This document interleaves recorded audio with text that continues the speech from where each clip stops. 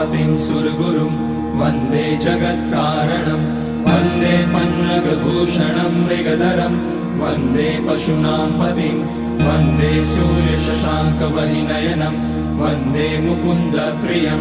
वन्दे भक्तजनाश्रयं च वरदं वन्दे शिवं शङ्करम् ॐ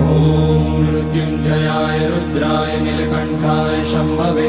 अमृतेशाय शर्वाय महादेवाय ते नमः।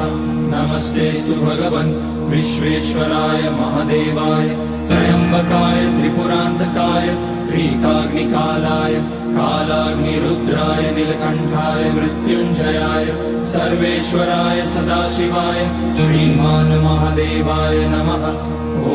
नमः शम्भवाय च मयोभवाय च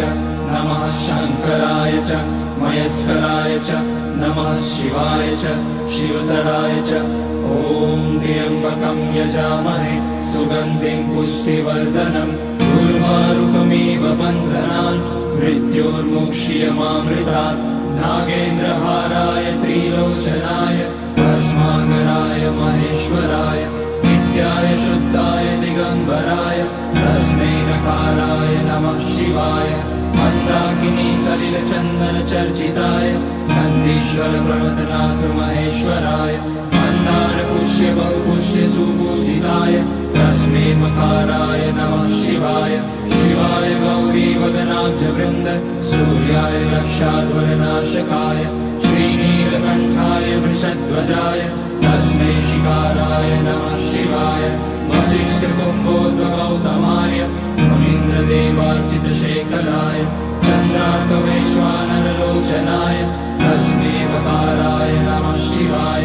यज्ञस्वरूपाय जटाधराय पिनाकहस्ताय सनातनाय दिव्याय देवाय दिगम्बराय तस्मै यकाराय नमः शिवाय पञ्चाक्षरमिदं पुण्यं यः पठेत शिवसन्निधौ शिवलोकमवाप्नोति शिवेन सह